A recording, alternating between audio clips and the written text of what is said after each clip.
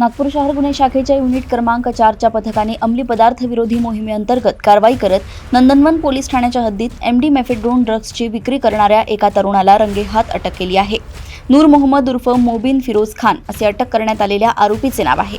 गुन्हे शाखेचे पथक गुरुवारी 20 ऑगस्ट रोजी रात्री गस्त घालत असताना केडीके कॉलेज टी पॉइंट जवळील मैदानात एक तरुण संशयास्पद स्थितीत टीव्हीएस ज्युपिटर मोपेड जवळ उभा असल्याची खात्रीशीर माहिती मिळाली।